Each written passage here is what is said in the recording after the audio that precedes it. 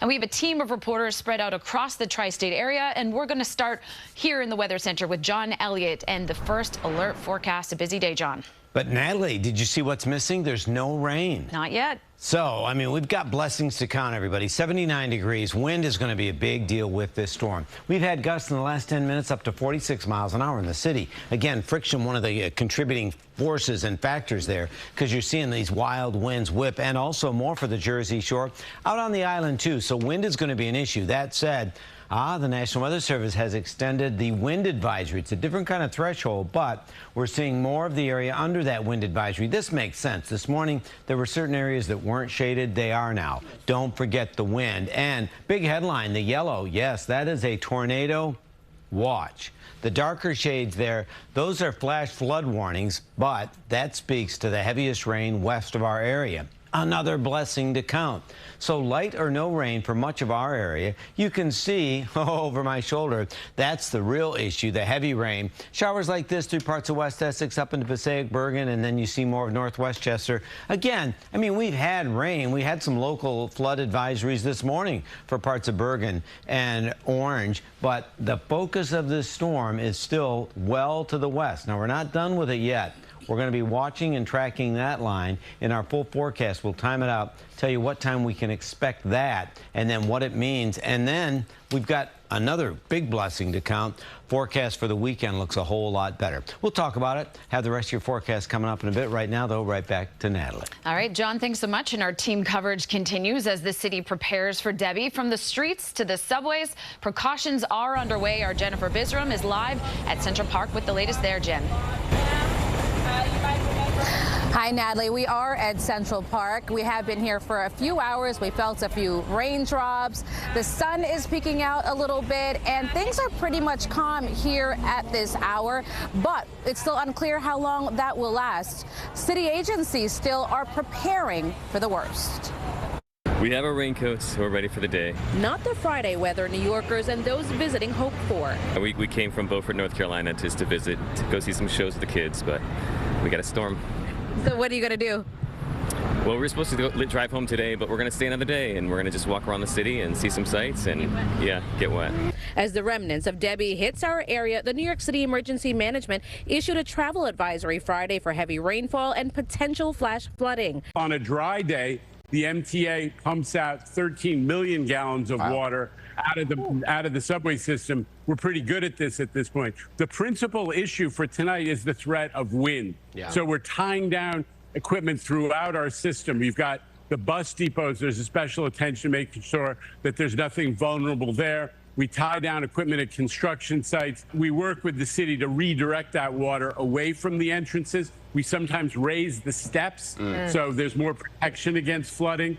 And every time there is one of these floods, we go out and analyze it and put in a fix. The MTA says workers cleared track drains and checked water pumps along the subway system, and the transit agency saying crews will be deployed to flood-prone areas.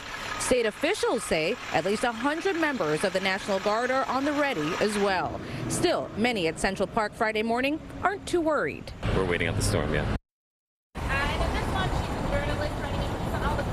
And late this morning, the MTA also announced a ban on certain trucks on its bridges and tunnels, again in preparation for potential heavy winds and rain. Again, here at Central Park and in our area, we have not seen too much rain this morning. It's still unclear how long it will stay that way.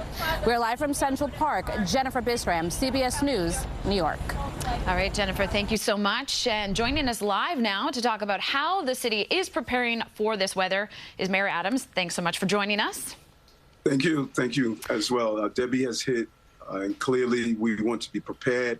High winds and rains, but the DEP team is out there coordinating our efforts, everything from cleaning our catch basins to making sure we hand out those supplies to areas that normally are prone for flooding. And the city has issued this travel advisory, as Jen Bisram was speaking about in her report. Can you get into more details about that and how else the city is getting ready? We saw earlier this week when the first storm hit our shores, we saw many vehicles We're stuck on our highways and roadways. And it's just important during this time for people to use mass transportation so that you're not stuck, particularly in those areas where you see the flooding, those low-lying areas. So if you don't have to be on the road, we're asking people not to be on the road, to allow the emergency crews do what they do best.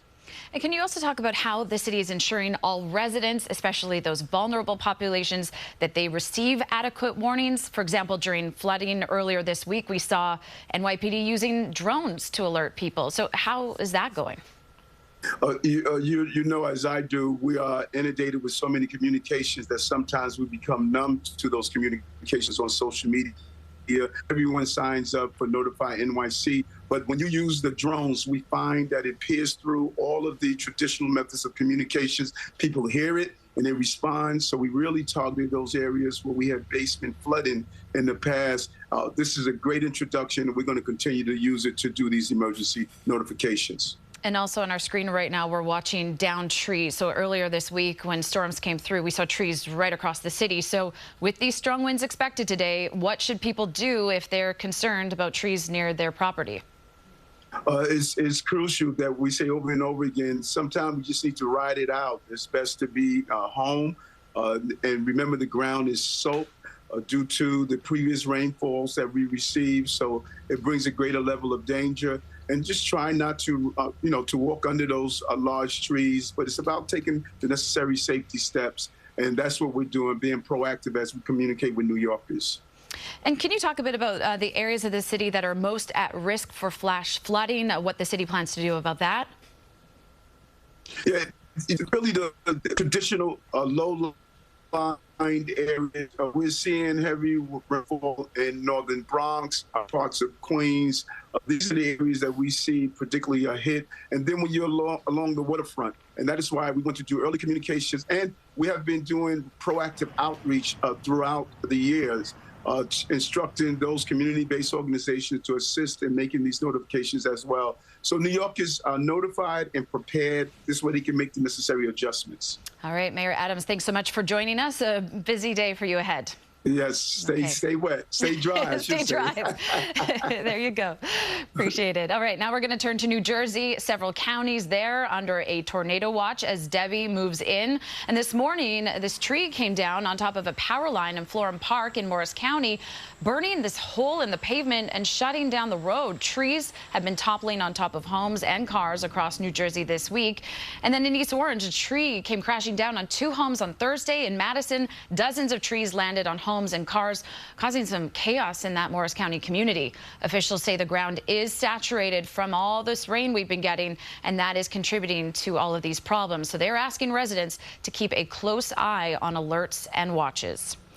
And now to Long Island, already starting to feel the effects of the storm. A lot of concern about the wind today and tonight. Long Island reporter Carolyn Gussoff is in Roosevelt, Nassau County. Carolyn, what's happening out there? Good afternoon to you, Natalie. We're here at the Town of Hempstead Highway Department where crews are getting ready for the potential of trees to come down. And that's certainly the concern now. You might recall earlier in the week they warned of flooding, but now the watchword has changed to wind because the course of the storm changed a bit. And we are certainly starting to see the impact of wind, but it will kick into high gear later this afternoon and then certainly overnight. Wind has already taken down some trees. This one closed a ramp on the Southern State Parkway this morning. And Long Islanders are already out doing their thing. They're tying down boats. They're moving cars to higher ground. They're taking in fragile garden items.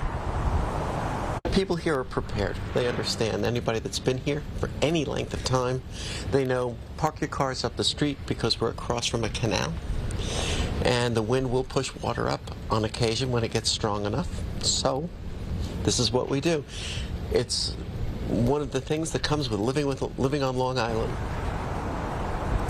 on an island and by the shore. Now, both Nassau and Suffolk counties are facing high wind advisories till tomorrow morning. That has PSEG Long Island on high alert, with wind gusts expected up to 50 miles per hour. Of course, that could topple trees, bring down branches, and we just heard the mayor talking about how saturated the ground is, and that also adds to the potential of outages because trees are knocked down when the ground is so wet. We're heading next to speak with the director of operations for PSEG Long Island on what they're doing and what you can do today to prepare. Reporting live in Roosevelt, Long Island, Carolyn Gussoff, CBS News New York. Natalie? All right, Carolyn, thanks so much. And because of the weather, all ferry service to and from Fire Island is canceled after 6 o'clock tonight. Fire Island ferries say service will resume as scheduled on Saturday morning, and you can check their website for any changes.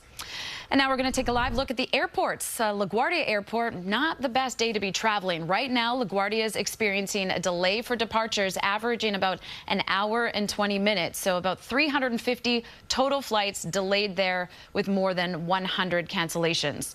Also taking a live look at Newark Airport. They have about 170 delays, more than 90 cancellations. And then over to JFK, there are departure delays as long as 90 minutes. More than 220 total flights delayed, more than 120 cancellations. So check ahead.